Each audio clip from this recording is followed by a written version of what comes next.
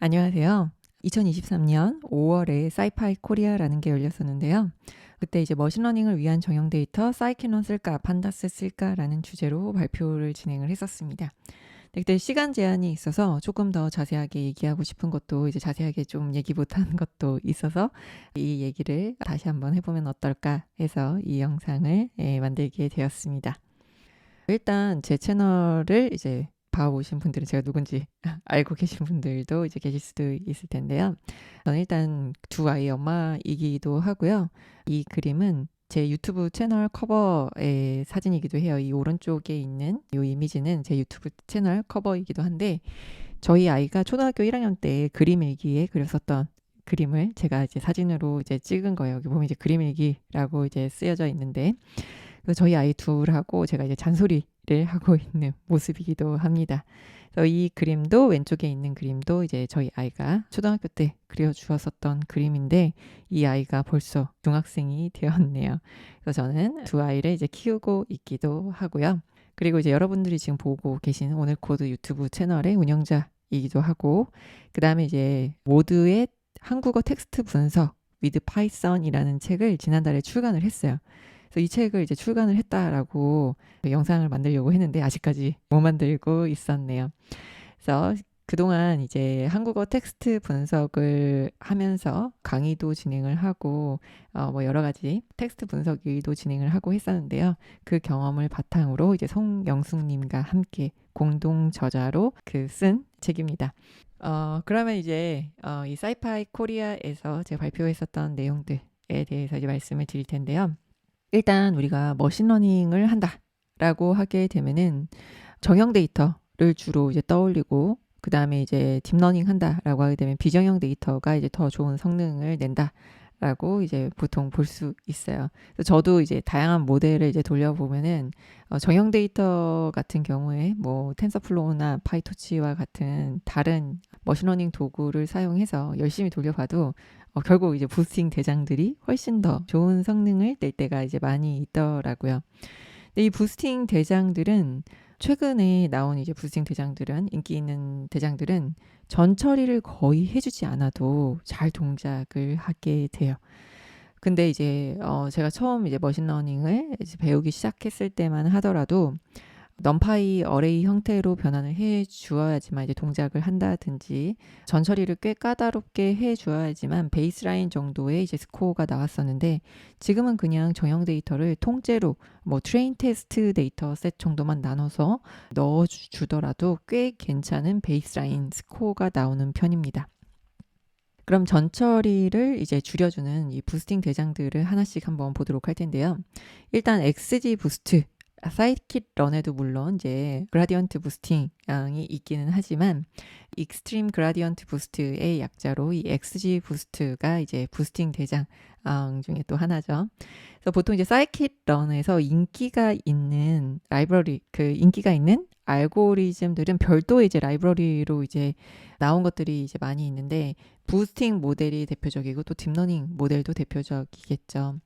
사이킷런 개발자들이 앞으로 이제 뭐 딥러닝 모델을 어떻게 이제 사이킷런에 뭐 녹일 생각이냐 이런 것도 이제 사람들이 이제 질문을 많이 하는데 딥러닝 모델 같은 경우에는 이미 뭐 텐서플로우나 파이토치와 같은 라이브러리가 굉장히 잘 되어 있기 때문에 다른 이제 도구를 이제 사용하는 것을 이제 권장한다라고 얘기를 하고 그 다음에 이 부스팅 모델 같은 경우 이제 그라디언트 부스팅이 좋은 성능을 내서 XG 부스트, 라이트 GBM, 뭐 캡부스트와 같은 이제 부스팅 대장들이 나오게 되었고 그 다음에 이제 사이킷런에도 히스토그램 기반의 그라디언트 부스팅이 이제 생기게 되었는데 오히려 역으로 이제 라이트 GBM에서 영향을 받아서 만들어졌다라는 이야기가 문서에 적혀져 있습니다.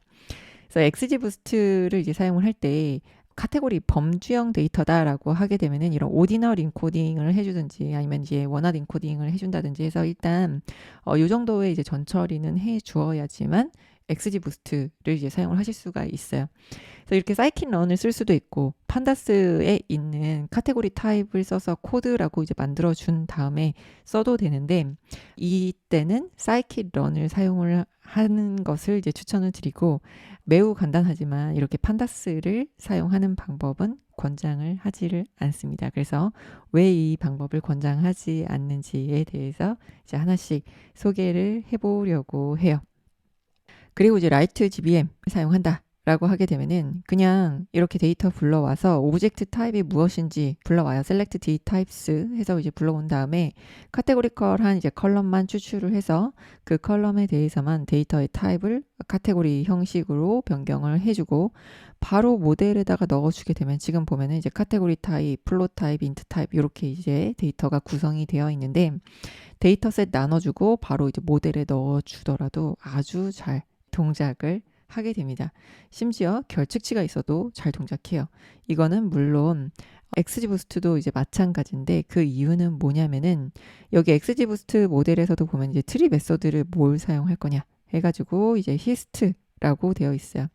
그래서 이 히스트가 뭐냐라고 하게 되면은 히스토그램 기반으로 되어 있다. 그래서 enable categorical에서 이제 true로 되어 있는데요. 이렇게 그 히스토그램 기반을 사용하게 되면은 우리가 이제 초등학교 때 도스 분포라는 거를 이제 배우게 되죠. 도스 분포라는 거는 이제 수치 데이터를 범주화해 주는 거예요. 우리가 나이가 0세부터 100세까지 있다라고 하게 되면은 10대, 20대, 30대, 40대, 50대 이런 식으로 이제 묶어서 쓰는 게 도스 분포다. 도스 분포의 대표적인 사례다라고 볼 수가 있을 텐데 이렇게 이제 히스토그램 기반을 사용하게 되면은 수치 데이터를 범주화해서 쓰기 때문에 그런 결측치가 있어도 이제 잘 동작을 하게 된다라고 이제 볼 수가 있습니다. 그래서 이제 라이트 GBM 같은 경우에도 결측치가 있어도 잘 동작하고 여기에서는 카테고리 타입으로만 변경을 해주면 돼요. XGBoost에서는 그래도 인코딩 과정이 필요한데 라이트 GBM 같은 경우에는 인코딩을 전혀 하지 않고 이렇게 카테고리 타입으로만 변경을 해주어도 잘 동작을 하게 됩니다. 그리고 이제 캣버스트 같은 경우에도 카테고리 타입으로 변경해주고 어떤 게 이제 카테고리컬한 피처다라고 이제 그 컬럼 이름만 지정을 해주게 되면은 매우 잘 동작해요. 역시나 결측치가 있어도 잘 동작을 하게 됩니다. 그래서 범주형 데이터를 전처리 하려면은 이것저것 전처리할 게 정말 많았는데 이런 부스팅 대장들을 사용하게 되면은 전처리를 굉장히 줄여주고 심지어 웬만큼 이제 성능도 잘 나오는 편입니다. 그리고 이 히스토그램 그라디언트 부스팅 같은 경우에는 사이킷런에 있는 이제 모델이죠. 그래서 범주형 변환이 이제 필요하지만 결측치는 고려하지 않아도 동작을 하게 돼요. 그리고 이제 히스토그램 그라디언트 부스팅을 이제 사용을 할 때는 메이크 컬럼 트랜스포머와 같은 이제 기능을 사용을 해서 이제 수치 데이터에 대해서 뭐 스탠다드 스케일러 해가지고 스케일링을 해준다든지 그 다음에 이제 원하드 인코더 사용해가지고 뭐 인코딩을 해준다든지 이런 기능들을 한 번에 구현을 해서 파이프라인에 넣고 이제 함께 사용을 하실 수도 있습니다. 이 히스토그램 베이스드 이 그라디언트 부스팅 같은 경우에도 굉장히 조금 다른 모델에 비교해서 비교적 사용법이 간단한 편입니다. 하지만 이제 거리 기반 비선형 모델을 이제 사용한다. 거리 기반 이제 모델을 이제 사용을 한다면 전처리 결측치가 있거나 그 다음에 뭐 스케일링을 해주거나 이런 과정들이 있어야지만 어느 정도 이제 베이스라인 성능이 나오게 돼요. 그래서 결측치가 있으면 아예 동작하지 않는다. 왜냐면 이제 계산을 할 수가 없기 때문에 그 다음에 이제 스케일링을 해주지 않아도 스케일 값이 다 제각각이다. 라고 하게 되면은 그때도 이제 좋은 성능이 나오지 않게 됩니다. 그래서 이제 사이킨런과 판다스를 통해서 우리가 이제 데이터 전처리를 해서 이제 좋은 성능을 내는 이제 모델을 이제 만들어 보도록 할 텐데요. 일단 요 책, 그 파이썬 라이브러리를 활용한 이제 머신러닝이라는 책에 보면은 이 사이킨런의 핵심 개발자 중에 한 명인 안드레아스 밀러의 이제 인터뷰가 있습니다. 그래서 이 인터뷰에 보게 되면은 사이킷런의 중장기 로드맵이 있는지 물어보는 내용이 있는데 여기서 이제 안드레아스 밀러가 이제 중요하게 생각하는 거는 판다스와 더 부드럽게 연동시키는 것과 그 다음에 범주형 변수에 대한 기능을 더 추가하고 결과를 더 손쉽게 시각화하는 일이 앞으로의 더 이제 중요하게 이제 생각하는 일이다. 라고 되어 있어요. 그래서 제가 처음 사이킷런을 이제 사용했을 때만 하더라도 판다스하고 연동이 지금처럼 이렇게 부드럽게 되지 않았었는데 버전을 업데이트해 갈수록 점점 더 이제 판다스와의 연동이 굉장히 잘 되는 편이에요. 과거에는 사이킷러너로 이제 머신러닝 모델을 만들려고 하게 되면은 판다스의 데이터 프레임을 꼭 넘파이 어레이로 바꿔 주어야지만 사용을 할 수 있거나 했었는데 지금은 그냥 판다스의 데이터 프레임 그대로 통째로 넣어 주어도 잘 동작을 합니다. 그 다음에 이제 XGBoost 같은 라이브러리도 예전에는 사이킷런 스타일의 API를 제공을 하지 않았었어요. 그런데 지금 이제 사이킷런 스타일의 API를 제공하고 있고, 그 다음에 판다스의 데이터 프레임도 매우 잘 지원을 하고 있어요. 그래서 그런 XGBoost 같은 라이브러리 같은 경우에도 과거에는 판다스와의 호환이 정말 잘 안 됐었다. 거의 안 됐었다라고 이제 보는 게 맞을 것 같아요. 그래서 처음 제가 XGBoost 모델을 이제 사용했을 때는 XGBoost의 데이터를 넣어주기 위해서 디매트릭스 형태로 변환을 해 주어야지만 이제 XGBoost를 이제 사용을 할 수가 있었어요. 근데 사이킷런 API가 나오고 나서부터는 정말 이제 부스팅 관련된 모델들의 API 사용법들도 정말 훨씬 쉬워졌다라고 이제 느껴집니다. 이제 사이킷런 공식 문서를 이제 한번 보도록 할 텐데요. 이 사이킷런 공식 문서에 보게 되면 이제 6개의 큰 범주로 되어 있어요.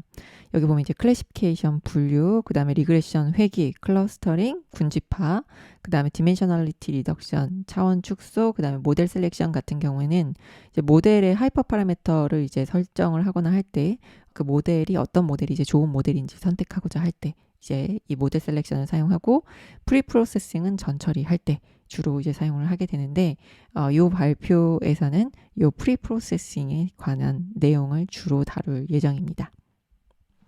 그래서 발표에서 다루는 내용은 데이터셋을 가지고 와서 트레이닝 테스트 셋 이렇게 이제 나눠주고 여기에다가 뭔가 이제 전처리를 하거나 할 텐데 이때 이제 사이킷런을 사용하면 좋을지 판다스를 사용하면 좋을지에 대해서 이야기를 해보도록 할게요. 그러면 이제 우리가 일단 데이터를 불러왔어요. 그런데 변수가 이제 너무 많죠. 변수가 300개, 500개, 심지어 뭐 1000개가 넘어가거나 그 다음에 이제 피처의 개수가 1000개 이상 넘어갈 때도 있죠. 그럴 때는 우리가 그 데이터를 이제 탐색해 보기도 참 쉽지가 않죠. 그럴 때 이제 판다스를 활용한 기술 통계를 구한 다음에 다시 그 기술 통계에 대해서 기술 통계를 구해보는 거예요. 지금 여기서 이제 y 값을 제외하고 디스크라이브 해가지고 기술 지금 수치 데이터에 대한 기술 통계를 봤는데 지금 변수가 너무 많아가지고 점점점 하고 이제 다 보이질 않죠. 그러면은 여기에서 다시 한번 트랜스포즈를 해주고 난 다음에 다시 디스크라이브를 해줘요.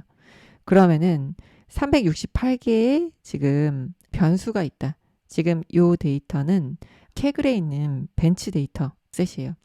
그 데이터 셋으로 이제 368개의 이제 수치형 변수가 있는데 y 값을 제외하고 여기에서 보면은 이제 행의 개수가 이제 몇 개인지 4209개가 이제 트레인 데이터 셋의 행의 개수이고 그 다음에 수치 데이터가 가장 작은 값이 다 0인 거예요. 지금 민값 25%, 50%, 75% 맥스값 보게 되면은 이제 4분위수하고 최소값하고 최대값을 볼 수가 있는데 여기에는 368개의 변수들의 최소값이 다 0이더라. 그러면 이제 최대값을 봤더니 최대값은 다 1이더라. 라고 이제 보여져요. 그 다음에 여기 4분위수 값도 있는데 어떤 거는 이제 4분위수 값이 75% 값까지도 다 0. 그 다음에 어떤 것 여기 보면 50%, 75%다 0이고 또 어떤 거는 다 1이다. 이렇게 이제 볼 수가 있는데요.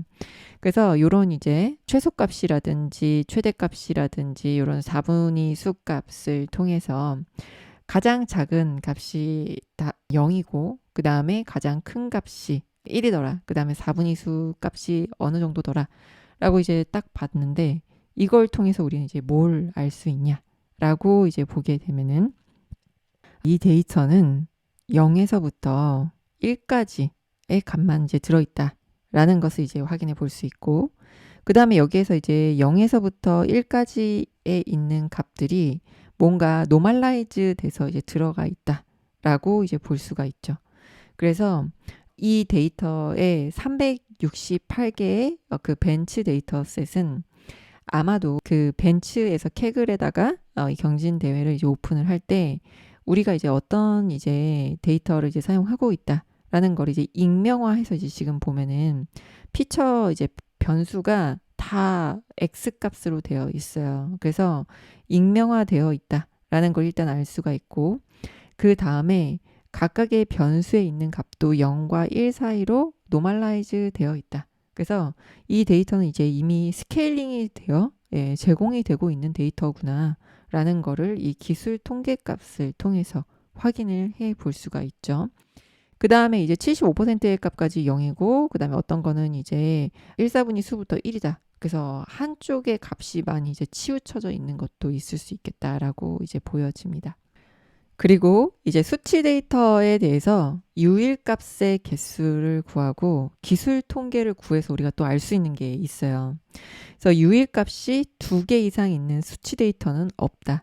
여기서 어떻게 구했냐면은 select dtype에서 exclude object 한 거는 일단 y값 제외하고 수치 데이터만 불러오겠다. 그 다음에 수치 데이터에 대해서 nunique 값을 구하게 되면은 그게 수치 데이터일지라도 범주형 데이터일 수도 있는 데이터를 알 수가 있어요.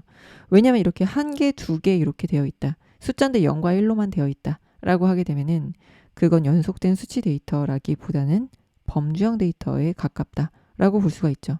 그래서 전체 수치 데이터에 대해서 최소값이 0, 최대값이 1이기 때문에 2개가 있는 피처 변수는 0과 1로 되어 있다라고 볼 수가 있죠. 여기에서 보면 최소값이 다 0이고 1이에요.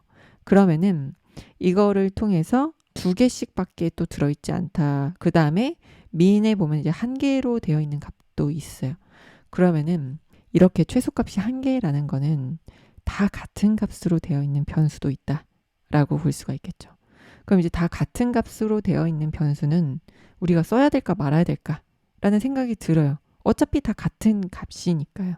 그래서 이런 내용을 변수가 지금 368개잖아요. 근데 여기에 있는 변수를 우리가 하나하나 물론 다 보면 좋겠지만 하나하나 다 보기에 이제 시간이 충분하지 않다라고 했을 때 이렇게 이제 기술 통계를 구해보고, 그 다음에 수치 데이터에 대해서 nunique 값을 구해보게 되면은 그게 수치 데이터일지라도 인코딩 되어 있는 건지 이런 것들을 이제 확인해 볼 수 있다라고 볼 수가 있죠. 그래서 이 앤스콤스 쿼르텟이라는 데이터셋이 있는데요. 이 데이터셋은 이제 어떤 메시지를 주냐면 이 데이터셋 1, 2, 3, 4가 지금 보면은 회기선이 다 똑같아요. 그런데 여기에서 요 분포를 보게 되면은 데이터가 다 다른 모습을 하고 있습니다. 그리고 기술 통계 값을 구해 보게 되면은 이 4개의 데이터셋이 다 거의 한 소수점 2번째, 3번째짜리까지 대부분 비슷한 기술 통계 값을 가지고 있어요. 예를 들면 뭐 평균이라든지 표준 편차, 그 다음에 이런 코릴레이션 값들이 대부분 이제 소수점 뭐 2번째, 3번째짜리까지 다 똑같다. 그러면 우리가 기술 통계 값만 봤을 때는 이게 다 비슷한 데이터셋이다 라고 이제 섣불리 판단을 할 수도 있는데, 일단 이렇게 시각화 해보는 게 중요하다라는 이제 메시지를 주는 게 앤스컴스 쿼르텟이기도 합니다. 그래서 우리가 이렇게 기술 통계 값을 위해서 이제 구해서 이 기술 통계 값을 통해서 이런 데이터가 어떤 식으로 구성이 되어 있다라고 알 수도 있기는 하지만 결국 시각화 해보는 것도 물론 중요하다라는 메시지를 주는 게 이 앤스컴스 쿼르텟의 메시지이기도 합니다. 이 데이터사우루스 더즈는 오토데스크라는 이제 사이트에 올라와 있는 내용인데요. 최근에 이 오토데스크에서 이 페이지가 없어졌더라고요. 그래서 이제 데이터 시각화의 중요성을 이제 같이 이야기해 주는 게 이 데이터사우루스 더즌 데이터셋인데요. 이 데이터셋은 이제 알베르토 카이로라는 분이 앤스컴스 쿼르텟 데이터셋에서 영향을 받아서 만든 데이터셋이기도 합니다. 여기에서도 보게 되면은 이 오른쪽에 있는 데이터들이 다 다른 모습을 가지고 있어요. 근데 이 데이터셋에 대해서 기술 통계 값을 구해보면은 대부분 이제 비슷한 기술 통계를 가지고 있어서 이것도 데이터 시각화의 중요성을 같이 이야기해 주고 있는 예시이기도 합니다. 그래서 이렇게 변수가 이제 너무 많다. 지금 여기에 예시로 이제 나와 있는 이 데이터는 UCI 그 리파지터리에 있는 세콤 데이터셋이에요. 그래서 반도체 데이터셋인데 이 데이터셋은 변수가 엄청 많아요. 거의 600개에 가까이 됩니다. 근데 여기에 보면 이제 결식치도 굉장히 이제 많이 있죠. 그래서 지금 이 시각화는 제가 이 UCI 리파지터리에 있는 요 세콤 반도체 생산 공정 데이터를 가지고 와서 결측치 여부를 구하고 시각화를 한 내용입니다. 그리고 이제 수치 데이터 같은 경우에는 앞에서 이제 벤치 데이터셋 같은 경우에는 0에서 1 사이로 다 되어 있었어요. 근데 이 데이터셋 같은 경우에는 마이너스 만에서부터 그 다음에 양수 만까지 있는 이제 데이터셋들도 있고 그 다음에 0에 가까울수록 이런 하얀색이 가깝고 플러스 값이면은 붉은색, 마이너스 값이면 이렇게 파란색으로 이제 표시가 되어 있는데 이런 이제 전체적인 수치 데이터가 어떤 식으로 이제 구성이 되어 있는지를 이제 확인해 볼 수가 있어요. 그래서 이 데이터를 보게 되면은 이렇게 시각화했을 때, 아, 이 데이터는 스케일 값이 조금 차이가 나는구나. 변수별로 좀 스케일 값이 다르게 구성되어 있어서 만약에 우리가 다른 회귀 모델을 이제 사용한다. 아니면은 이게 이제 분류 데이터 셋이기 때문에 분류 모델을 사용한다라고 했을 때도 피처를 이제 전처리해 줄 때 이런 이제 스케일 값을 조정을 해줄 필요가 있겠다라는 이제 생각이 들기도 합니다. 그래서 변수가 너무 많을 때는 판다스를 이제 사용을 하게 되면은 기술 통계의 기술 통계를 구해서 기본적으로 제공해주는 기술 통계 외에도 다른 기술 통계 값들도 같이 구해서 이 데이터가 이제 어떤 식으로 구성이 되어 있는지 요약을 해서 보실 수도 있습니다. 그럼 이제 여기까지 EDA 하는 내용을 이제 알아보았다면은 데이터셋을 나눠서 머신러닝 모델에 넣어주기 위한 준비를 해야겠죠. 여기에서도 판다스를 쓸 수도 있고 이제 사이킨런을 쓸 수도 있는데 어떤 거를 사용해야 될지 한번 같이 보도록 할게요. 일단 데이터셋을 나눌 때 기본적으로 이제 트레인 셋과 테스트 셋으로 나누거나 아니면 이제 트레인 세트를 트레인 밸리드 테스트 이렇게 이제 나누기도 해요. 그 다음에 이제 데이터셋을 나눌 때 이 비율을 뭐 8대 2로 할지 9대 1로 할지 5대 5로 할지 이거는 이제 연구자가 나누기 이제 나름입니다. 그래서 보통 이제 케글에서 제공되고 있는 데이터셋이라든지 데이콘 같은 데서 제공되고 있는 데이터셋들도 보게 되면은 뭐 8대 2로 나뉘어져 있는 데이터셋도 있고 5대 5로 나뉘어져 있는 데이터셋도 있고 그 이제 경진 대회마다 이제 차이가 있고 그다음에 이제 현실 세계에서도 우리가 이 데이터셋을 나누고자 할 때는 어떻게 이제 나눠서 우리가 이제 모델을 만들어 보는 게 조금 더 나은 성능을 나는지 비교를 해 보면서 데이터셋을 나누는 비율을 정하게 될 거예요. 그런데 대체적으로 트레인 데이터셋이 많으면은 많을수록 이제 공부를 더 많이 한다. 학습을 더 많이 하기 때문에 대체적으로 이제 좋은 성능을 내게 됩니다. 그러면 이제 판다스로 데이터셋을 나눈다. 라고 하게 되면은 순서대로 나누고자 한다라고 하면 이제 인덱스 값을 기준으로 뭐 앞에서부터 8대 2까지 이런 스플릿 카운트 값을 구해서 뭐 8대 2로 나눈다 하게 되면은 이제 앞에서 8에 해당되는 인덱스 값이 어딘지를 구해서 거기 인덱스까지 이렇게 이제 나눠준다든지 아니면 이제 섞어서 나누고자 한다.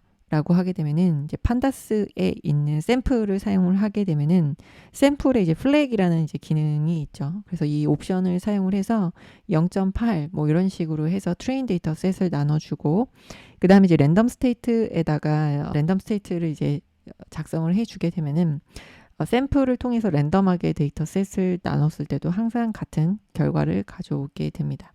그래서 트레인 데이터셋 나눠주고 그 다음에 그 트레인 데이터셋에 대한 인덱스를 전체 데이터 프레임에서 드랍을 시켜주게 되면은 그게 나머지 데이터셋이기 때문에 테스트 데이터셋이 되게 되겠죠. 그래서 이제 순서대로 나눠줄 수도 있고 섞어서 나눠줄 수도 있을 텐데 이제 순서대로 나누고자 할 때는 보통 이제 시계열 데이터셋 순서가 중요한 데이터셋 같은 경우에는 이렇게 이제 인덱스 값 기준으로 그 다음에 골고루 이제 섞어서 나누고자 할 때는 판다스의 이제 샘플 기능 사용해 가지고 뭐 80%, 뭐 50%, 뭐 70% 이런 식으로 0.8, 뭐 0.5, 0.7 이렇게 비율을 지정해서 나눠볼 수가 있겠죠. 하지만 이렇게 나누게 되면은 이제 레이블이 균형 있게 나누어지지 않겠죠. 레이블이 이제 균형 있지 않다라는 거는 우리가 만약에 뭐 신용카드 사기 데이터를 나눈다라고 하게 되면은 뭐 신용카드 이제 사기는 1000건 중에 한 건만 이제 등장한다 하게 되면은 트레인 데이터 셋에는 이제 뭐 신용카드 사기 관련된 데이터가 전혀 없다. 그리고 테스트 데이터 셋에만 사기 관련된 데이터가 있다. 하게 되면 이제 모델을 만들었을 때 제대로 이제 예측을 할 수가 없겠죠. 그 다음에 신용카드 사기 데이터 셋이 있다라고 할지라도 트레인 데이터 셋에 있다 할지라도 비율이 너무 적다면 제대로 이제 예측하기가 조금 어려워질 거예요. 그래서 특히나 이제 멀티 클래스 값 같은 경우에 클래스가 뭐 여러 개다 이진 분류가 아니라 이제 멀티 클래스 분류 같은 경우에는 이제 y 값을 이제 균형 있게 나눠줄 필요가 있을 텐데요. 이럴 때는 사이킷런에서 제공하고 있는 모델 셀렉션에 트레인 테스트 스플릿을 사용하는 것을 권장을 드려요. 여기 보면 이제 stratify y라는 이제 옵션이 있는데 이 stratify y라는 거는 트레인 테스트 균형 있게 나눌 때 이제 칭화 표집이라는 거를 이제 사용을 하게 됩니다. 그래서 이제 분류의 정답이 균형 있게 나뉘어져 있지 않으면 제대로 학습하고 예측하기 어렵기 때문에 균형 있게 나누고자 할 때 이 stratify 옵션을 사용을 하게 돼요. 그러면은 이제 트레인 셋과 테스트 셋이 균형 있게 나누어지게 되는데요. 이 데이터는 제 책에 쓴 서울 120 데이터 셋의 이제 문의 내역에 대한 분류를 할 때 데이터 셋을 이제 나눈 예제이기도 합니다. 그래서 데이터 셋을 나눌 때 정답 비율을 이제 트레인 테스트 동일하게 나눠줘야 이제 제대로 학습을 할 수가 있죠. 여기서 뭐냐면 경제, 복지, 행정이라는 세 개의 범주가 있는데 이 범주가 데이터 셋이 이제 균형 있게 들어있지가 않아요. 그렇기 때문에 여기에서 트레인 셋과 테스트 셋이 또 비율이 맞지 않게 나누어지게 되면은 학습한 걸 바탕으로 예측했을 때 성능이 잘 나오지 않기 때문에 이렇게 이제 같은 비율로 나누어질 수 있도록 stratify에다가 y 값을 넣어서 균형 있게 나누어 주도록 했습니다. 그리고 여기에서 이제 클래스가 이제 불균형하다라고 하게 되면은 언더 샘플링이나 오버 샘플링을 통해서 이제 클래스의 균형을 맞춰주는 것이 학습과 예측에 훨씬 도움이 됩니다. 또 지금은 0.5, 0.38, 0.1 이런 비율로 있지만 여기에 이제 비율을 똑같은 이제 비율로 만들어 주어야지만 훨씬 더 예측을 잘 하게 돼요. 그래서 그럴 때는 언더 샘플링 혹은 오버 샘플링과 같은 기법을 사용을 하게 됩니다. 네, 그러면은 이렇게 데이터 셋도 나누어 주었죠. 그러면은 우리가 이제 머신러닝 모델을 만들 때 데이터 누수라는 이제 데이터 리키지 문제를 이제 고려를 해야 돼요. 그래서 이 데이터 리키지 문제를 이제 고려를 하려면 이제 판다스를 이제 쓰는 게 나을지, 사이킨런을 쓰는 게 나을지, 그다음에 판다스를 쓸 때도 어떻게 사용해야 되는지에 대해서 함께 또 알아보도록 하겠습니다. 일단 이 데이터 누수와 관련된 내용이 이 데이콘에 있는 이제 스마트 공장 제품 품질 상태 분류 AI 해커톤이라는 페이지에 굉장히 좀 자세하게 나와 있어요. 그래서 여기 링크를 참고해서 이 내용도 함께 보시는 것을 이제 추천을 드리는데요. 이 AI 해커톤 경진대회 진행하다 보면은 가장 빈번하게 이제 실격되는 이유가 바로 이 데이터 리키지다. 그래서 이로 인한 불이익을 받는 게 없도록 데이터 리키지의 개념과 사례에 대해서 이제 소개하고자 한다라는 게 이제 데이콘의 페이지에 있습니다. 그래서 데이터 리키지가 이제 뭐냐? 데이터 누수, 정보 누설이 뭐냐면 미래에 대해서 전혀 알 수 없는 정보가 모델 학습에서 사용된 경우를 이제 말하게 된다. 우리가 이제 테스트 데이터셋을 나누면은 지금 현재 가지고 있는 데이터셋으로 트레인 테스트를 이제 나눴는데 테스트 데이터는 미래의 데이터를 가정을 하는 거죠. 우리가 이제 어떤 데이터가 들어올지를 몰라요. 그래서 이제 테스트 데이터는 모른다라는 가정하에 학습을 해야 되는데 테스트 데이터에 있는 정보를 이제 트레인할 때, 학습을 할 때 사용을 하게 되는 거죠. 그래서 여기에서도 이제 예시를 보게 되면은 테스트 데이터가 이제 모델의 학습에 이용된 이제 경우가 이제 어떤 경우가 있는지를 이제 설명을 하고 있어요. 트레인 데이터의 경우 22년 6월 13일에서 9월 8일까지 데이터로 구성되어 있고 테스트 데이터는 9월 9일에서 11월 5일까지 구성이 되어 있는데 리더보드 제출을 위해 추론에 사용된 테스트 데이터들이 사전에 주어지지만 실제 모델을 서비스하는 환경에서는 테스트 데이터들이 몇 개가 입력될지 이제 전혀 모르는 상황이다. 그래서 테스트 데이터들을 전혀 알 수 없고 볼 수 없다라는 가정하에 진행을 해야 돼요. 예를 들어서 범주형 데이터다라고 하게 되면은 테스트 데이터에만 등장하는 범주가 있을 수가 있어요. 근데 그거를 트레인 데이터셋에서 인코딩 할 때 같이 사용한다라고 하게 되면은 천기누설 이 되게 된다라고 볼 수가 있죠. 그래서 이제 대표적인 데이터 리키지에 해당되는 사례, 이것도 이제 데이콘 사이트에 있는 내용인데요. 레이블 인코딩 시 테스트 데이터로부터 인코더를 피시키는 경우, 이렇게 되게 되면은 테스트 데이터에 있는 내용까지 다 학습이 되게 되죠. 그래서 미래의 데이터를 이제 보게 되는 거다. 그 다음에 스케일링 할 때도 테스트 데이터로부터 스케일러를 피시키는 경우, 이 스케일러라는 거는 우리가 숫자가 있으면은 그 숫자가 막 범위가 되게 변수마다 다 제각각이다. 어떤 데이터는 뭐 0에서 10까지 있는데 어떤 데이터는 0에서부터 10만까지 있고 어떤 데이터는 0에서 뭐 100만까지 있고, 그래서 스케일 값이 다 제각각인데 이 데이터를 우리가 만약에 연산을 이제 사용을 하게 되면은 스케일 값이 이제 제각각이기 때문에 학습을 이제 고루 하기가 어려울 수도 있는 거죠. 그래서 이럴 때 기준을 이제 뭘로 삼을 거냐? 테스트하고 트레인하고 다 합쳐가지고, 트레인하고 테스트를 다 합쳐가지고 최소값과 최대값을 알아서 이제 스탠다드 스케일링을 이제 뭐 해준다, 민맥스 스케일링을 해준다라고 하게 되면은 요것도 이제 천기 누설에 해당이 된다라고 이제 볼 수가 있어요. 그래서 테스트 데이터에 대한 결측치 보관 시 테스트 데이터의 뭐 통계 정보, 평균, 뭐 최빈값, 뭐 이런 것들을 사용한다. 최소값, 최대값 이런 걸 사용한다. 이런 것들이 데이터 리키지에 해당이 된다. 그래서 테스트 데이터들의 이동 평균이라든지 아니면은 테스트 데이터를 이제 모델 학습에 사용하고, 그 다음에 여기에서 판다스의 get더미스 함수를 사용하는 적용하는 경우라고 나와 있는데요. 핸즈온 머신러닝이라고 이제 머신러닝 책 중에 굉장히 많이 보시는 이제 책이 있어요. 그 책이 이제 2판도 나왔는데 지금 현재 3판도 사이파이 코리아 컨퍼런스를 이제 시작해 주신 박혜선님이 그 책에 이제 3판을 이제 번역을 하셨는데, 그 번역 후기에서 그렇게 말씀을 해주셨더라고요. 그 블로그에 가서 보게 되면은 번역 후기가 있는데, 그 핸즈온 머신러닝 3판에서 이 get더미스 이제 사용하지 말아야 된다라는 이제 내용이 있다라고 해요. 그래서 이 get더미스를 사용을 하게 되면은 만약에 우리가 이거 트레인 데이터셋만 get더미스 이제 사용하고 테스트 데이터셋의 get더미스 각각 해주게 되면 이제 기준이 달라지게 돼요. 그래서 근데 만약에 합쳐서 얘를 get더미스 하게 되면은 요럴 때도 이제 데이터 리키지가 발생을 하기 때문에 이제 get더미스 함수를 이제 사용하지 말아라라고 권장을 하고 있습니다.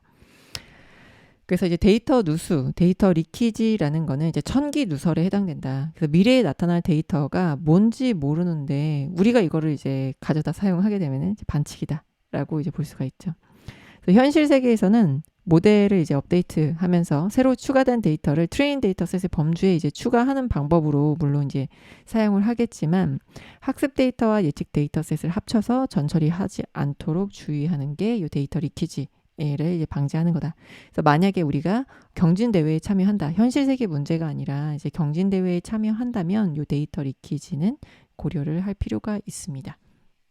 그러면은 이 데이터 리키지에서 뭐 인코딩이라든지 스케일링을 할 때 이 데이터 리키지 문제가 이제 발생할 수도 있기 때문에 그걸 고려해서 이제 인코딩이라든지 다양한 전처리를 해 줘야 될 텐데요. 일단 인코딩은 연속된 이제 수치 데이터를 이제 범주화하고 그걸 이제 수치 데이터로 이제 만들어 준다든지, 아니면 카테고리컬한 데이터, 범주형 데이터 값을 수치 데이터로 만들어 줄 때 이런 인코딩 작업을 진행을 하게 돼요. 그래서 이 인코딩에 대해서도 이제 소개를 해보도록 하겠습니다.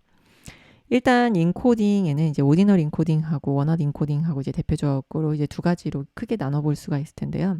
판다스에서는 이제 오디널 인코딩을 이제 판다스의 시리즈의 카테고리컬 데이터 타입으로 만들어주고 난 다음에 코드 하게 되면 오디널 인코딩을 해주게 되고, 그 다음에 원어드 인코딩 같은 경우에는 판다스 PD의 get 더미스를 사용하게 되면은 get 언더바 더미스를 사용을 하게 되면은 이 원어드 인코딩을 해주게 돼요.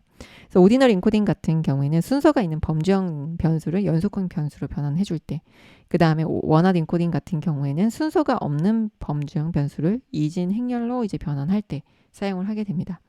예를 들어서 뭐 색깔이 있다, 뭐 RGB 같은 뭐 이런 색깔이 있다라고 할 때 요거를 이제 순서대로 0, 1, 2로 이제 변환을 한다든지, 그다음에 옷의 크기를 나타내는 뭐 이런 범주 값이 있다라고 할 때 요 범주의 값을 순서에 따라서 1, 2, 3, 4와 같은 방법으로 이제 매핑을 할 수가 있겠고, 이 RGB 값을 만약에 원어드 인코딩 한다라고 하게 되면은 이 R이 등장할 때만 1, 그다음에 G가 등장할 때만 1, B가 등장할 때만 1, 이런 식으로 하나만 이제 1로 표시가 되기 때문에 원핫 인코딩이라고 이제 부르게 돼요.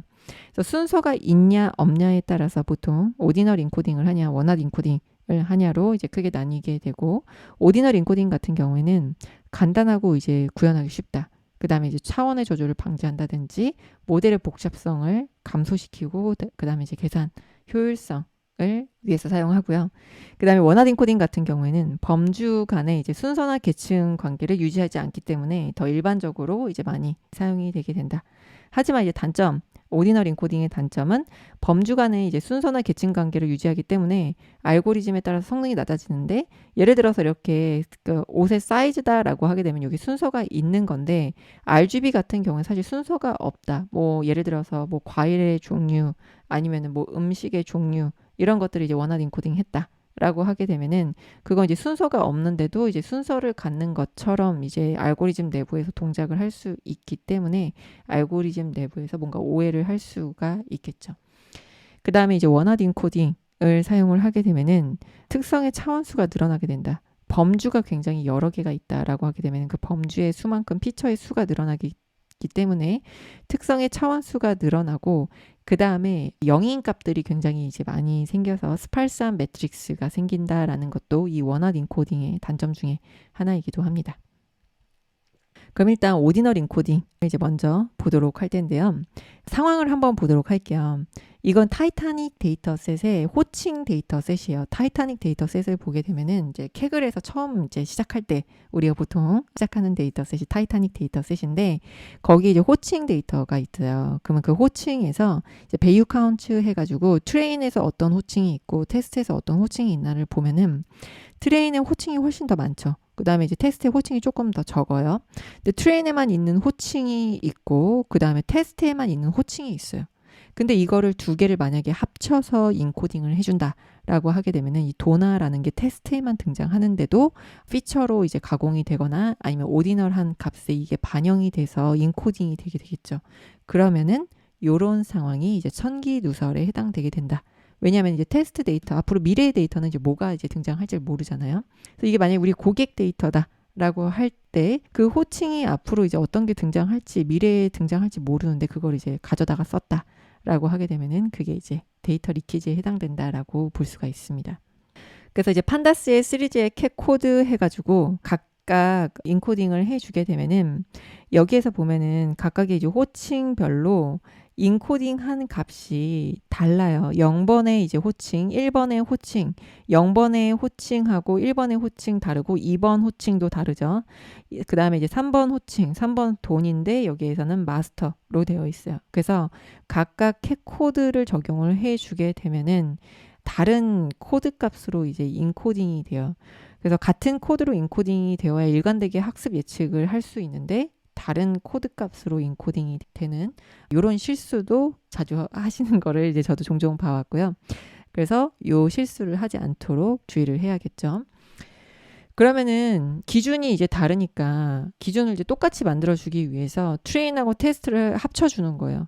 합치고 나서 이 타이틀 값에 대해서 코드 값을 부여를 하게 되면은 똑같이 일관되게 코드 값이 부여가 되기는 하죠. 그리고 다시 트레인하고 테스트 기존 인덱스 값 기준으로 나눠주면 되는 거예요. 근데 이렇게 하게 되면은 미래의 데이터를 가져다가 이제 사용하기 때문에 데이터 누수, 천기 누설에 해당이 된다라고 볼 수가 있어요.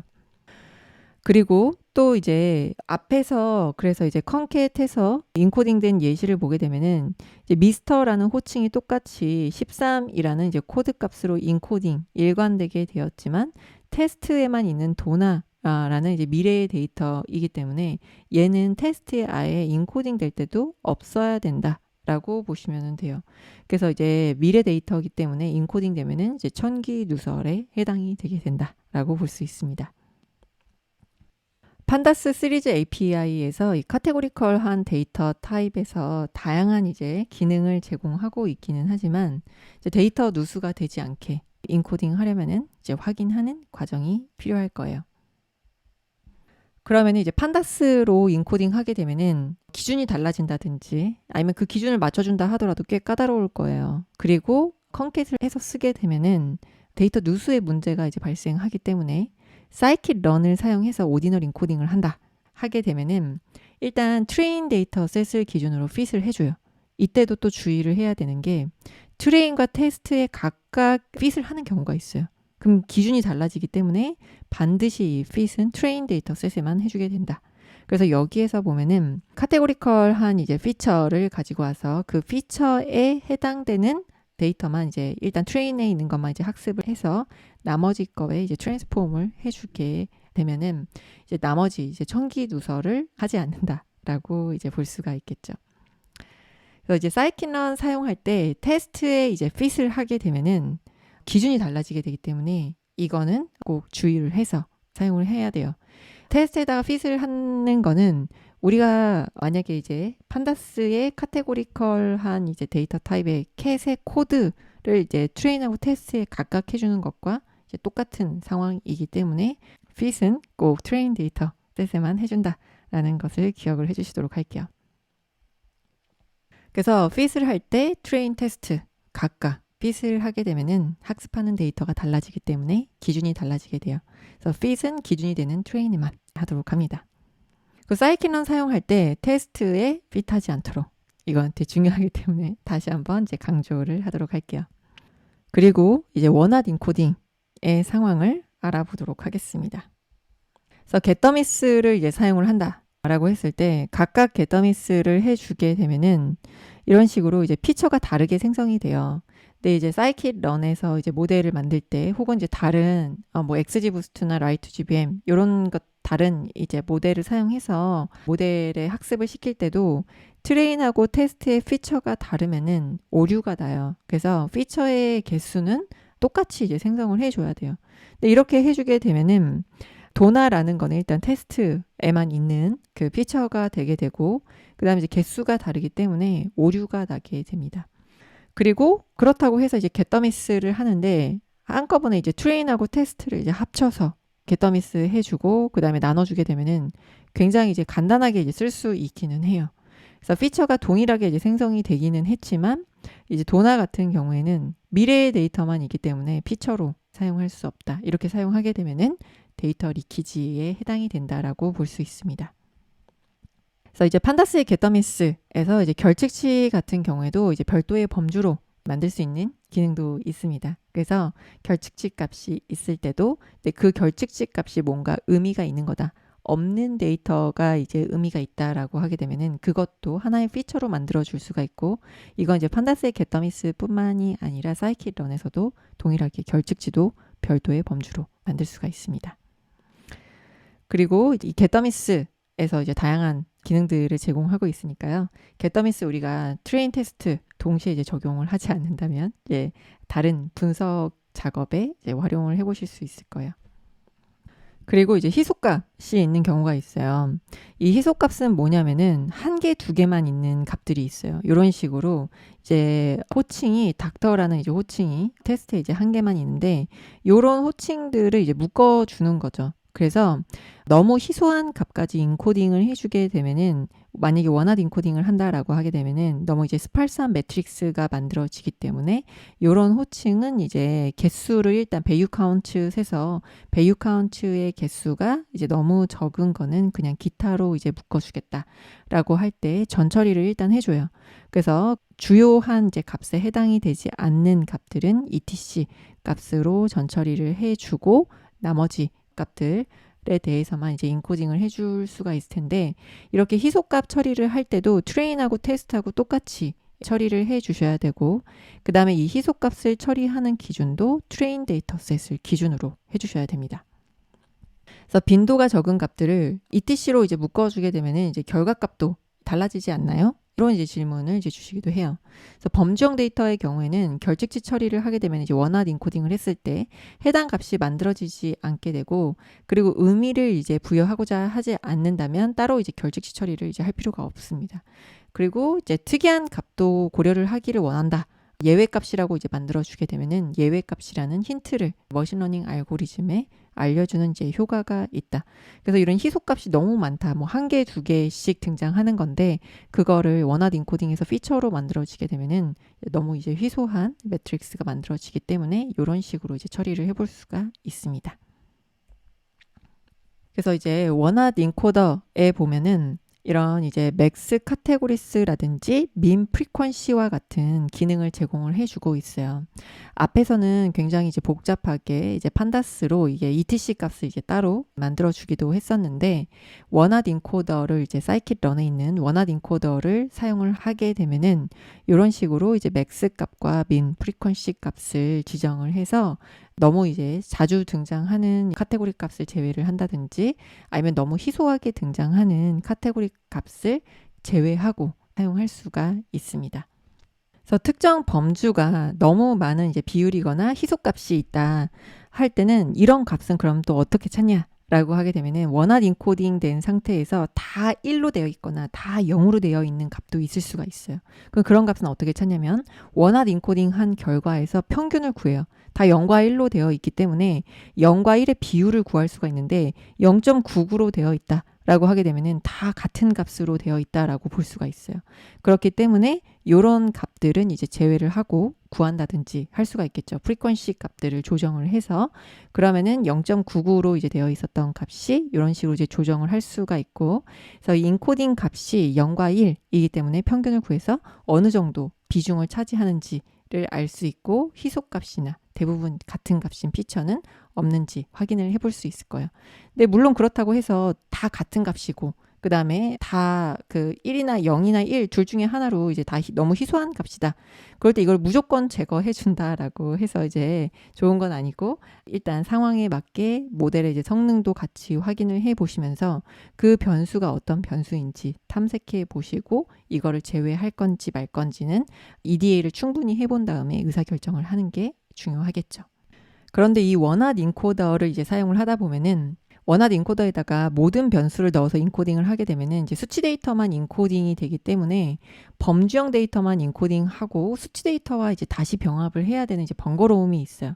근데 겟더미스를 사용하게 되면은 이런 수고가 사실 적어요. 그래서 전 처리를 할 때 원핫 인코딩 해주고 나서 다시 수치형 변수하고 이제 합쳐주고 요런 이제 과정이 너무 이제 까다롭게 이제 느껴지는 거죠. 이럴 때는 차라리 겟더미스 쓰는 게 훨씬 편하지 않나? 근데 이 겟더미스를 쓰자고 보니까 또 데이터 누수가 걱정이 되고 요런 이제 문제가 발생을 하는데 메이크 컬럼 트랜스포머를 사용하게 되면은 이런 복잡한 과정을 한 번에 처리를 해주게 됩니다. 그래서 이제 메이크 컬럼 트랜스포머는 이제 뒤쪽에서 다룰 예정인데요.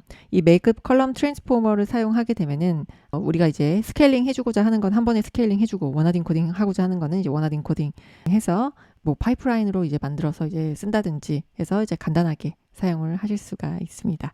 그래서 뒤쪽에서 다뤄보도록 할게요. 그래서 범주형 데이터를 인코딩 할 때는 이제 원핫 인코딩 시 판다스의 겟더미스 사용하게 되면은 사이킨런을 사용하는 거에 비해서 이제 쉬운 API 사용할 수 있기는 하지만 데이터 누수라든지 트레인 데이터를 기준으로 나머지 데이터를 이제 가공하는 게 쉽지 않을 수 있습니다.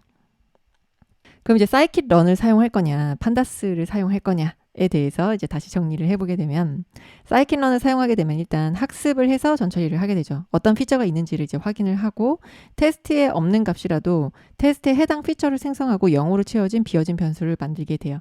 테스트에 있는 값을 가져다 쓰는 게 아니라 트레인에만 있고 테스트에는 없는 값이 있을 수가 있는데 그 값도 피처를 생성하고 그냥 다 0으로 채워주게 됩니다. 근데 판다스의 겟더미스 사용하게 되면 각각 전처리를 하기 때문에 다른 값이 있다면 다른 컬럼으로 이제 생성이 되게 되고 그렇다라고 해서 합쳐서 컨캣해서 사용하게 되면은 그건 이제 데이터 누수가 되는 이제 문제가 발생하기 때문에 그렇게 이제 사용하지 않는다. 이 부분도 이제 피처가 만들어지고 나서 다른 이제 컬럼들 제외해주는 방법도 있기는 하지만 조금 복잡하다라고 볼 수 있을 거예요.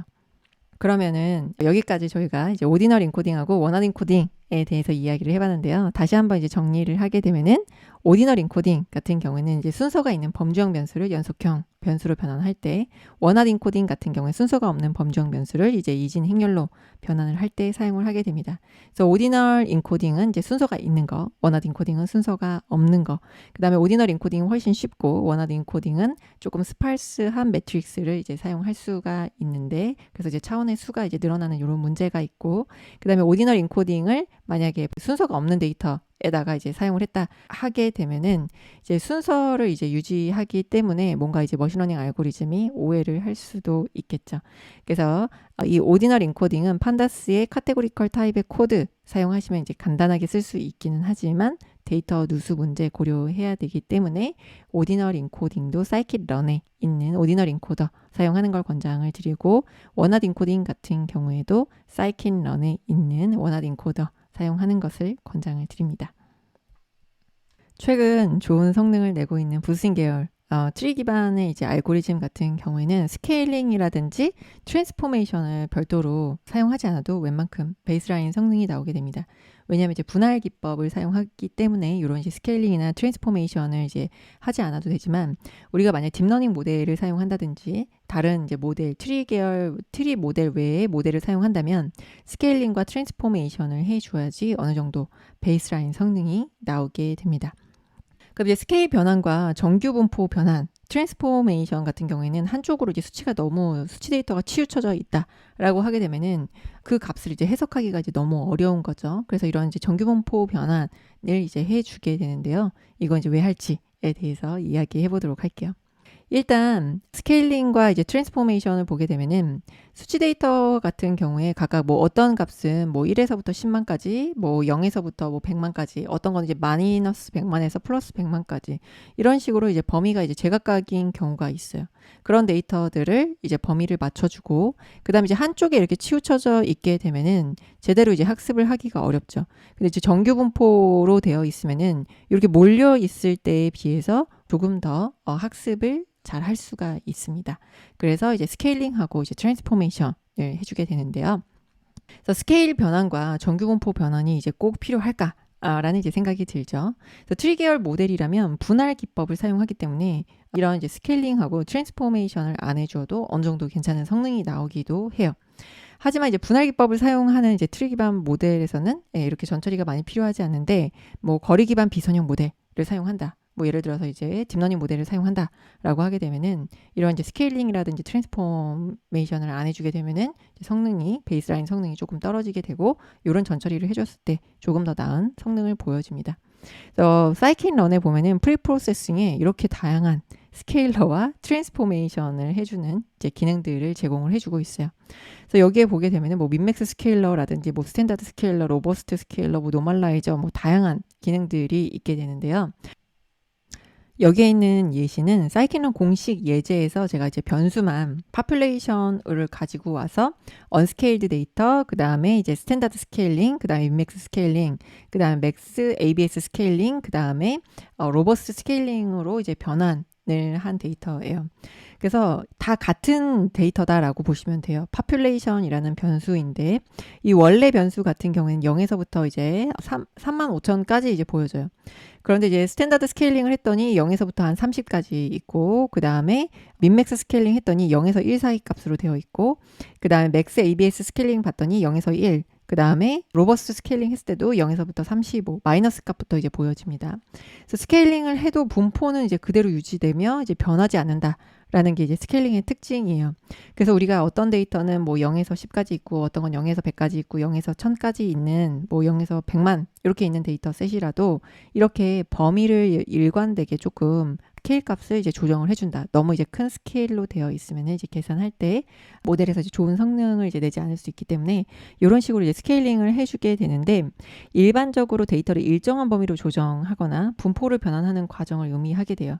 그래서 비대칭 분포를 가진 데이터의 경우 일반적인 선형 모델에서는 이상치에 의해서 이제 모델의 예측이 왜곡될 가능성이 높기 때문에 이러한 이상치를 제거하고 데이터의 범위를 조정함으로써 이상치의 영향력을 줄여서 모델의 성능을 향상시키는 데 도움을 줄 수가 있어요. 그래서 민맥스 스케일링을 사용을 하게 되면은 0에서부터 1 사이로 이제 데이터를 스케일링 해주게 되는데, 최소값과 최대값 기준으로 데이터를 일정 범위로 이제 조정을 해주게 된다. 그래서 이러한 스케일링을 통해서 이제 비대칭 분포를 가진 데이터의 경우에 더 적절한 가중치를 학습하고 일반화 성능이 이제 향상될 수 있다라고 이제 볼 수가 있는데요. 이 트랜스포메이션 같은 경우에는 앞에 같은 변수예요. population 변수인데, 여기에서 트랜스폼을 해주게 되면 한쪽에 이렇게 치우쳐져 있던 값이 이렇게 약간 종 모양의 정규 분포 형태로 바뀌게 돼요. 그래서 이 트랜스포메이션은 너무 한쪽에 치우쳐져 있거나 뾰족하거나 납작한 분포를 이제 정규 분포로 이제 변환하고자 할 때 사용을 하게 되는데, 여기에서 이제 유니폼 값 같은 경우에는 이제 약간 유니폼한 이제 분포, 정규 분포 형태가 아니라 유니폼한 분포로 바뀌게 되고, 그 다음에 이건 이제 L2 노멀라이저 이제 사용한 예시이기도 해요. 이 L2 노멀라이징을 사용하게 되면 보통 이제 제곱을 하기 때문에 다른 데이터와 이제 분포가 조금 다르다라는 것이 이제 보여지게 되죠. 그래서 이제 스케일링하고 트랜스포메이션 한 결과에 대해서 디스크라이브 해서 기술 통계값을 봐요. 그러면 이제 조금 더 자세하게 보실 수가 있는데, 그래서 이제 스케일링 한 결과값 보게 되면은 스탠다드 스케일링일 때, 그 다음에 민맥스 스케일링일 때, 그 다음에 맥스 ABS 스케일링일 때 보게 되면은 아까 이제 앞에서 봤었던 것처럼 스탠다드 스케일링은 평균을 0에서부터 표준 편차는 1로 만들어주고, 그 다음에 이제 민맥스 스케일링은 0에서부터 1 사이 값으로, 그 다음에 맥스 ABS 스케일링은 최대값 1로 만들어준다. 그 다음에 로버스트 스케일링 같은 경우에는 중앙값을 0으로 만들어주게 돼요. 그래서 각각의 이제 스케일링이 다 다른 특징을 가지고 있는데, 그럼 어떤 스케일링을 이제 써야 되냐? 좋은 그 데이터에 맞는 이제 스케일링 방법을 써야겠죠. 그래서 원래 데이터, 언스케일드 데이터 값하고 기술 통계 값 비교해 보면 다 다른 기술 통계 값을 보여주고 있기는 하지만 우리가 이렇게 히스토그램을 그려보게 되면은 같은 모습을 띠고 있다라는 것을 이제 보실 수가 있죠. 그래서 분포는 변하지 않는다. 그럼 분포를 변하게 하려면 어떻게 해야 되냐? 트랜스포메이션을 해서 이제 분포를 이제 변환을 해 주어야겠죠. 그래서 각각의 이제 스케일러에 대해서 이제 특징과 장단점을 보게 되면 이제 스탠다드 스케일러 같은 경우에는 평균을 빼주고 그 다음에 표준 편차로 나눠줘요. 그래서 평균을 0으로 표준 편차를 1로 만들어주고, 데이터가 이제 정규 분포를 따를 때 이제 최적의 성능을 보여주고 이상치의 영향을 받지 않고 데이터를 이제 변환해 줄 수 있는 게 스탠다드 스케일러다. 그 다음에 데이터가 정규 분포를 따르지 않을 경우 이제 스탠다드 스케일러 같은 경우에는 부정확한 이제 결과가 발생할 수가 있고 이상치가 많을 때 좀 적용하기 어렵습니다. 근데 민맥스 스케일러는 이제 0에서 1 사이로 이제 만들어주고, 우리가 보통 이제 CNN으로 이미지 데이터를 다룰 때 0에서 255까지 RGB 컬러가 있으면 255로 나눠서 숫자를 0에서부터 1로 만들어주는데, 그게 바로 이 민맥스 스케일링이다라고 볼 수가 있을 거예요. 그래서 최소값과 최대값의 범위로 이제 변환을 이제 해주게 되는데, 주어진 데이터의 최소값, 최대값을 기준으로 정규화해주게 돼요.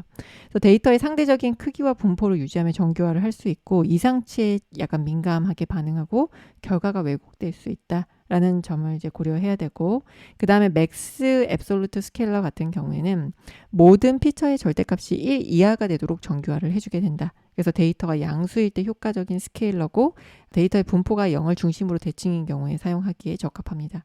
그래서 특성 분포가 실제 값의 최대값의 절대값에 의존하고 변동성이 크기 때문에 데이터가 음수인 경우 최적의 성능을 이제 보장하지 않는다.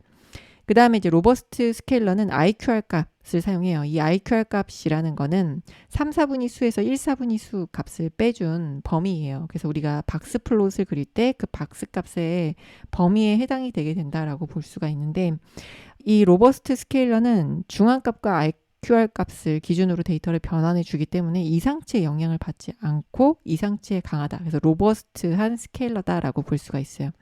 근데 이상치가 많은 경우 변환 결과가 왜곡될 수 있다라는 단점이 있고, 데이터의 분포가 이제 매우 치우쳐져 있는 경우에 최적의 성능을 보장하지 않는다라는 점도 고려를 해야 합니다.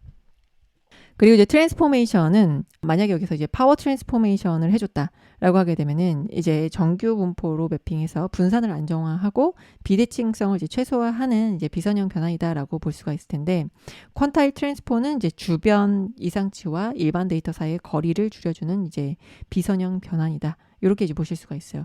그래서 파워 트랜스포메이션이 있고, 그 다음에 이제 퀀타일 이제 트랜스포메이션이 있는데, 정규 분포로 만들어 줄 것이냐, 아니면은 이렇게 분포가 균일하게 거리를 이제 줄여주는 이제 변환으로 할 거냐, 이렇게 이제 이상치와 일반 데이터의 사이를 줄여주는 변환, 그 다음에 정규 분포로 만들어주는 이런 변환을 해주실 수가 있습니다. 그래서 스케일링하고 트랜스포메이션 둘 다 해주고자 한다. 우리가 이제 좋은 성능을 내기 위해서 스케일링도 해주고 그 다음에 트랜스포메이션 둘 다 이제 적용을 해주고자 한다면 어떤 순서로 해야 될까요? 아까 스케일링을 했을 때 시각화를 보게 되면은 스케일링을 한다라고 해서 분포가 변하지는 않죠. 그러면 이제 스케일링하고 트랜스포메이션하고 어떤 순서로 해줘야 되는지, 스케일링을 먼저 해야 되는지 트랜스포메이션을 먼저 해야 되는지 이제 고민이 되죠. 그래서 스탠다드 스케일링을 해준 결과에다가 로그 1P를 적용한 결과예요. 근데 약간 정규분포 비슷하게 바뀌기는 했지만 완전히 정규분포 형태는 아니죠. 근데 세일 프라이스에다가 그냥 로그 변환을 해주었어요. 그래서 로그 변환을 해 주었더니 정규 분포처럼 바뀌었죠. 그 다음에 스탠다드 스케일링을 해줬더니 이렇게 스케일링 범위까지 바뀌었다. 그래서 둘 다 해주고자 한다라고 하게 되면은 트랜스포메이션하고 스케일링을 해주시면 됩니다. 제가 컨퍼런스에서 이거를 반대로 잘못 얘기했었더라고요. 저도 헷갈려서. 그래서 트랜스포메이션을 먼저 해주시고 스케일링을 해주셔야지만 정규 분포를 그대로 유지하게 돼요. 왜냐하면은 트랜스포메이션은 정규 분포 형태로 바뀌는데 스케일링 값 같은 경우에는 분포가 변하지 않기 때문에 이 정규 분포로 바뀐 게 그대로 스탠다드 스케일링을 해준다 하더라도 유지가 된다라고 볼 수가 있습니다. 그럼 이제 레이블 값에 트랜스폼을 이제 적용을 했을 때 피처뿐만 아니라 레이블 값의 분포가 불균형할 때 이런 스케일링이나 트랜스폼을 적용해 주었다면은 예측한 값을 원본 스케일 값으로 변환을 해 줘야 될 거예요. 그때 다시 이제 계산을 해줄 수도 있지만 인버스 트랜스폼을 사용하게 되면은 원래 값으로 복원을 해줄 수가 있어요. 그래서 우리가 만약에 이제 주식의 가격을 이제 예측을 하고자 할 때 주식의 가격이 종목마다 이제 가격이 다 들쑥날쑥하죠. 뭐 어떤 종목은 뭐 5만 원짜리 이제 주식 종목도 있고 어떤 건 이제 50만 원짜리 어떤 건 막 굉장히 이제 비싼 500원짜리 이제 주식이 있을 수도 있고 그래서 500원부터 이제 뭐 500만 원짜리까지의 뭐 주식이 있다 뭐 이렇게 가정을 했을 때 그런 이제 주식의 가격을 이제 피처로 사용을 해서 우리가 이런 트랜스폼을 이제 적용을 한다라고 했을 때 트랜스폼을 이제 레이블 값이 이제 주식의 가격이다라고 하게 되면은 다시 원래의 값으로 이제 복원을 해줄 때 그때 인버스 트랜스폼을 사용해서 원래의 값으로 복원을 해줄 수가 있습니다. 그럼 이제 비닝에 대해서도 알아보도록 할 텐데요. 이 비닝 하게 되면은 이제 빈이라는 이제 단어를 통해서 우리는 무언가 이제 통 이런 것들을 이제 떠올릴 수가 있는데요. 이 통 빈이 뭐냐라고 하게 되면은 히스토그램에서 우리가 이제 빈의 개수를 지정을 해주죠. 막대의 개수가 몇 개냐. 그래서 몇 개의 통에다가 데이터를 나눠 담을 거냐. 보통 이제 수치형 데이터를 이제 범주형으로 만들어 줄 때 쓰는 게 이 비닝 기법이다라고 볼 수가 있을 거예요. 이제 연속된 수치 데이터를 이제 범주화 해줄 때 히스토그램이 이제 대표적인 예시다라고 볼 수가 있고 수치 데이터의 결측치가 많을 때 원본 정보를 이제 소실하거나 이제 왜곡을 줄여 구간화해서 이제 사용할 수가 있다. 그래서 만약에 수치 데이터의 결측치가 너무 많다 하게 되면은 그 결측치를 다른 데이터로 메꿔줘야지만 이제 사용을 할 수가 있는데 그러면 그걸 메꿔주게 되면은 원래 데이터가 이제 왜곡이 되게 되죠. 그리고 소실하게 되기 때문에 차라리 히스토그램으로 구간화해 주게 되면은 원래의 정보를 이제 왜곡하지 않고 범주화해서 사용할 수가 있고 그다음에 이렇게 범주화하게 되면 이제 오버피팅도 어느 정도 방지해 줄 수도 있습니다. 그래서 히스토그램 기반의 모델이 결측치가 있어도 동작하는 이유가 이런 식으로 결측치가 있는 값들은 그 빈에 이제 들어가지 않기 때문에 이제 원본 정보를 이제 소실하거나 왜곡을 줄여주게 됩니다. 그리고 이 과대적합을 이제 방지해 주게 된다. 만약에 이제 범위가 너무 크다, 스케일 값이 너무 뭐 크거나 할 때 이런 값들을 이제 범주화해서 너무 자세하게 이제 학습을 하게 되면은 과대적합이 일어날 수가 있는데 이런 과대적합도 방지해 주게 됩니다. 그래서 이 구간화를 이제 사용하게 되면은 결측치 대체 대신 이제 사용을 할 수가 있다. 히스토그램 방식의 비닝을 사용해서 인코딩을 하게 되면 결측치를 없애지 않고 사용할 수가 있고 나이의 결측치가 많다면 나이가 적음, 중간, 많음 혹은 10대, 20대, 뭐 80대 이런 식으로 구간화를 이제 할 수가 있다. 그래서 구간화를 하고 인코딩을 하게 되면은 결측치를 따로 채우지 않아도 되기 때문에 정보의 왜곡을 줄이고 이제 과대적합도 방지를 하게 됩니다. 그러면은 이렇게 구간화를 할 때는 컷 방식과 Q컷 방식을 사용할 수가 있는데요. 컷 방식 같은 경우에는 이제 절대평가 히스토그램에서 사용하고 있는 게 바로 이 컷 방식이고 상대평가를 하게 되면 이제 Q컷 방식을 이제 사용을 하게 됩니다. 그래서 이 컷 방식과 Q컷 방식을 우리가 나눠주고 나서 이렇게 시각화를 해보게 되면은 컷 방식은 절대평가이기 때문에 그 구간의 데이터가 얼마나 많고 적은지 히스토그램이 이 방식을 이제 사용하고 있는 거다라고 이제 볼 수가 있는데 Q컷 방식 같은 경우에는 이제 분포를 균일하게 만들어주고자 할 때 Q컷 방식을 사용하게 돼요. 그래서 우리가 학교에서 이제 학점으로 이제 평가를 받을 때 절대평가냐 상대평가냐에 따라서 이제 평가를 할 때 절대평가에 활용하고자 한다 하면 이제 컷을 사용하고 상대평가로 평가하고자 한다 하면 이제 Q컷을 사용할 수가 있습니다. 사이킷런으로 비닝을 하고자 한다라고 할 때는 이 K-빈즈 디스크리티제이션을 사용하시게 되면은 사이킷런을 통해서 구간화를 하실 수가 있고 이렇게 구간화를 하게 되면은 이제 범주화해서 연속된 수치 데이터를 사용하실 수가 있습니다. 그래서 이제 K-빈즈 디스크리티제이션 한 이제 결과를 보게 되면은 이런 식으로 그 구간에 해당되는 값을 이제 같은 값으로 이제 묶어서 사용을 하실 수가 있겠죠. 그래서 이제 바이너라이저는 이 K빈즈의 디스크리티제이션에서 K 값을 2개로 한 거나 이제 마찬가지다. 그래서 2개의 값으로 이제 만들어주는 게 바이너라이저입니다. 그래서 지금까지 스케일링하고 트랜스포메이션 하는 이제 방법에 대해서 이제 알아봤는데요. 사이킨런에서는 컬럼 트랜스포머를 사용하게 되면은 이런 과정을 한 번에 이제 처리를 해줄 수가 있고, 원핫 인코딩 하고 나서 기존의 이제 수치 데이터하고 합쳐주는 과정도 꽤 번거로울 수 있는데, 그런 과정들도 이 컬럼 트랜스포머가 대신해 주게 됩니다. 그래서 이 컬럼 트랜스포머를 이제 사용을 하게 되면은 이제 원핫 인코딩 해주고, 여기에서 이제 넘버 수치 데이터는 이제 제외하고 원핫 인코딩을 이제 해주게 되는데, 남은 거는 어떻게 할 거냐. 그래서 남은 데이터는 이제 민맥스 스케일링을 해줘라. 예, 이렇게 이제 할 수도 있고, 스탠다드 스케일링을 해줘라. 이런 식으로 이제 남은 값을 따로 처리할 수 있는 기능을 제공하고 있어요. 그래서 범주형 데이터는 원핫 인코딩, 수치형 데이터는 스케일링, 이렇게 동시에 처리를 해주실 수가 있습니다. 그래서 이제 컬럼 트랜스포머의 리메인더, 패스 스로우를 사용하게 되면은 나머지 값들은 그냥 그대로 이제 사용을 하겠다라고 만들어 줄 수도 있어요. 그 다음에 이제 make 컬럼 트랜스포머를 이제 사용을 할 수도 있는데요. 이 make 컬럼 트랜스포머를 사용을 해서 여기에서 보게 되면은 dtype include 카테고리컬한 값에 대해서 원핫 인코딩을 해주고, 그 다음에 handle unknown ignore라는 거는 테스트 데이터셋에서 혹시 unknown 값이 등장했을 때, 트레인 데이터셋에 없는 값이 등장했을 때 그 값은 그냥 피처로 생성하지 말고 무시해라 라는 게 이 내용이다라고 보시면 됩니다. 사이킨런에서는 앞으로의 이제 개발 방향에 대해서 판다스와의 이제 호환을 더 잘 만들어 갈 거다라고 이제 개발 방향을 밝히기도 했는데요. 요 X의 select dtypes exclude number 요 기능 같은 경우에는 판다스에 있는 기능이에요. 판다스에서 수치 데이터만 제외하고 가져와서 원핫 인코딩을 해줘라 라고 이제 같이 사용을 한 거거든요. 그래서 판다스에 있는 기능을 같이 사용해도 잘 동작을 하고, 여기서 이제 to 리스트로 이제 컬럼 값을 이제 만들어 주었다라고 이제 보시면 되는데, 이렇게 이제 판다스에 있는 기능을 사이킷런 안에서 이제 써서 리스트 형태로 만들어서 그 해당 컬럼들만 이제 지정해 준 내용이기도 한데요.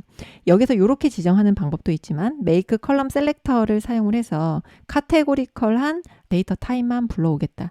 요 기능이 요 기능하고 같은 기능이다 라고 볼 수 있습니다. 그래서 make column selector 이 내부에 보게 되면은 판다스의 데이터 프레임에 select dtypes를 사용하고 있다라는 것을 이제 확인해 보실 수가 있어요. 그래서 사이킨런이 판다스와 점점 더 호환이 잘 되고 있다라는 것을 이제 볼 수 있는 이제 문서 내용이기도 합니다.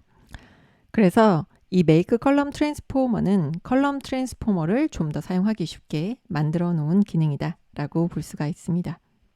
그럼 여기까지 저희가 이제 피처를 다루는 방법에 대해서 알아봤는데요. 우리가 이제 피처를 다루다 보면은 그런 스팔스한 매트릭스가 너무 많이 생성이 되기도 하고 용량이 많아지기도 하는데, 이럴 때 이제 용량을 어떻게 이제 줄일 수 있는지에 대한 방법에 대해서도 알아보도록 하겠습니다. 여기에서도 마찬가지로 판다스 사용할 수도 있고 사이킨런 사용할 수도 있는데요. 각각의 방법에 대해서 알아보도록 할게요. 용량을 줄이는 방법으로는 이제 여러 가지 방법이 있을 수가 있는데요. 일단 사이킷런에서 numpy 배열로 변환하고 다운캐스트 해서 이제 용량을 줄이는 방법이 있을 거고, 특성을 선택해서 필요한 특성만 선택해서 사용하는 이제 방법이 있을 거고, 요것도 이제 사이킨런 API 사용을 하실 수가 있을 거고, 배치 처리를 사용을 해서 이제 용량을 줄여볼 수도 있을 거고요. 그 다음에 차원 축소 기법을 사용하게 되면은 차원을 축소해서 메모리 사용량을 줄이는 데 도움이 되는데, 이때 차원 축소를 할 때는 어떤 방법으로 차원 축소를 하냐에 따라서 이제 모델의 성능이 많이 차이가 나기 때문에 이 차원 축소를 할 때는 알고리즘을 잘 선택하고 파라미터 설정도 중요하게 되겠죠. 그 다음에 이제 압축을 해서 이제 사이킨런은 데이터 압축에 대한 기능을 직접 제공하지는 않지만 압축된 형식으로 데이터를 저장하거나 외부 라이브러리를 사용해서 이제 압축을 할 수가 있기 때문에 압축된 형식으로 데이터를 사용하게 되면은 조금 더 메모리 사용량을 효율적으로 사용할 수가 있을 거예요. 그래서 select K 베스트로 K 점수가 높은 피처를 선택해서 이제 피처의 개수를 줄여보는 방법도 있고요. 네, 그리고 이제 numpy로 다운캐스트를 해줄 수가 있는데, 원래 이제 플롯 64였어요. 이때 플롯 64일 때, 그 다음 플롯 16일 때, 다운캐스트 했을 때 용량이 데이터의 이제 크기가 훨씬 줄어든 것을 이제 확인을 해보실 수가 있어요. 데이터의 타입하고 바이트 수 이제 확인해봤을 때, 그래서 이게 30이라고 써놨는데 이게 실제로는 이제 16으로 이제 다운캐스트를 이제 했습니다. 그래서 16으로 이제 클로스 64에서 16으로 이게 다운캐스트 하게 되면은 적은 용량을 차지하게 된다라고 볼 수 있어요.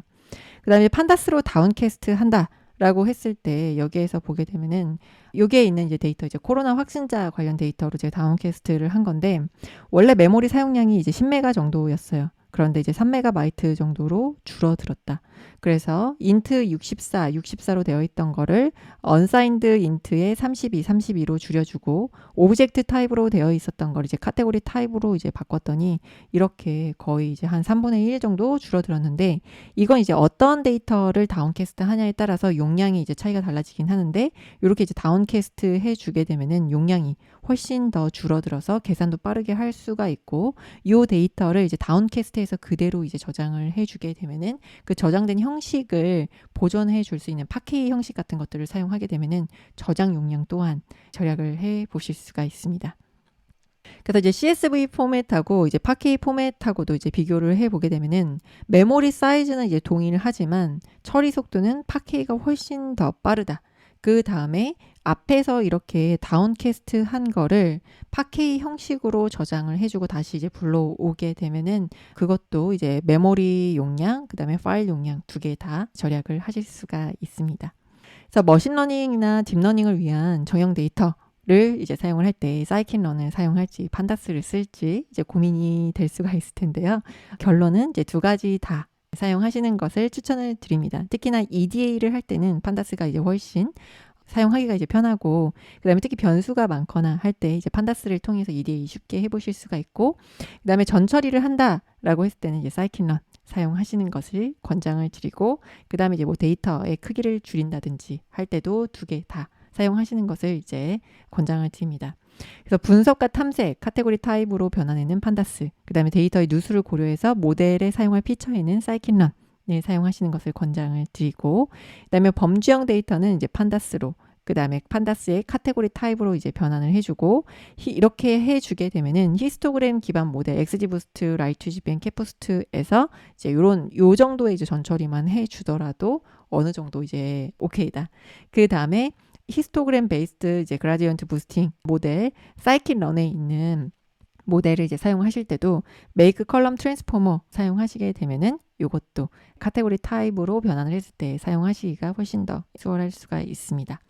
그래서 여기까지 우리가 이제 정형 데이터를 이제 머신러닝 혹은 이제 딥러닝에서 사용할 때 다양한 전처리라든지 EDA 할 때 뭘 써야 될지 고민이 될 수가 있을 텐데요. 두 가지 다 장점이 있기 때문에 두 가지 그 라이브러리의 장점들을 쏙쏙 취해서 좋은 성능을 내는 이제 모델을 만드는 데 도움이 되었으면 좋겠습니다.